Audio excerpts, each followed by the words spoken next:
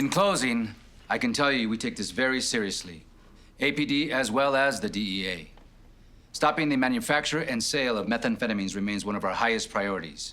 And the theft of lab equipment from your school is also receiving our highest attention.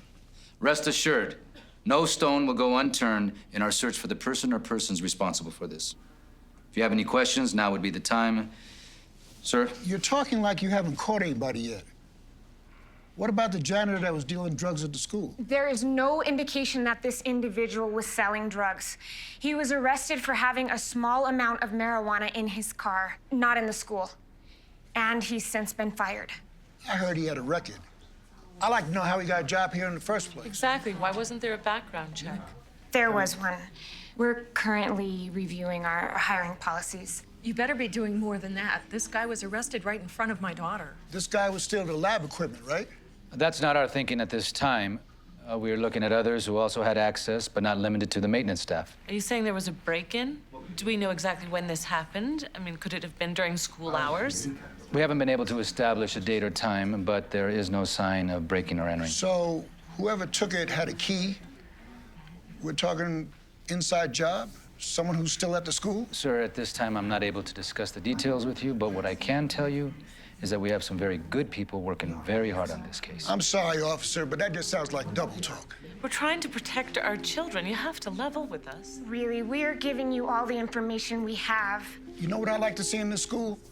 Drug-sniffing dogs. Yeah, dogs and metal detectors and locker searches and strip searches. Our district has strict policies. I heard about this school up in Canada. They arrested one of the groundskeepers with drugs. And the next day they found out over half of the students were high on LSD. LSD? What were you going to tell us about LSD? No, please. No one said anything about LSD. What about the equipment that was... The equipment was taken from our chemistry department. And tonight we're lucky enough to have someone here to give us some specifics. Walt? Mr. White is currently on medical leave, but as he's chair of the science department, he's made a very special effort to be with us here. And I'd like to take a moment to thank him for that.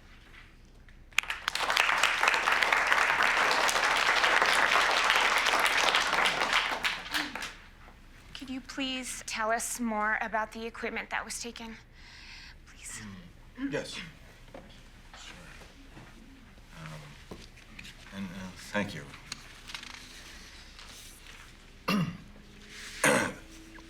The inventory list for the missing labware is as follows. 1 5,000 milliliter round bottom boiling flask. 1 Kildall-style recovery flask, 800 milliliters. 2 full-face respirators. Some set funnels, so head with a thermometer holder. Oh,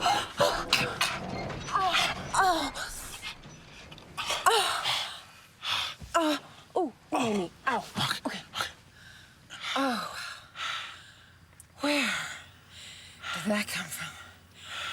And why was it so damn good? Because it was illegal.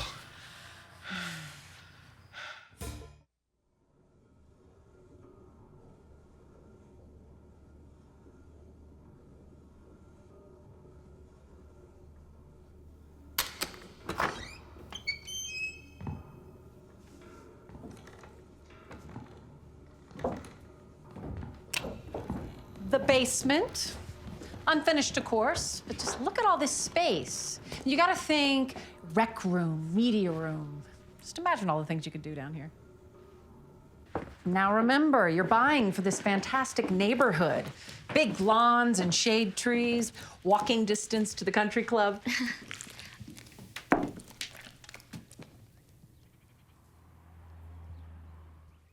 What happened there? Bit of a fixer, but this house has great bones. You know what? We're zeroing in. I've got another listing brand new right around the corner. Yeah? Okay. Hi. Hi.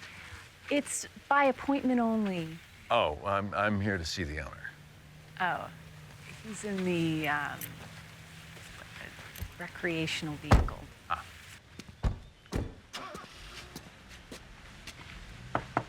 Yo, it's appointment only.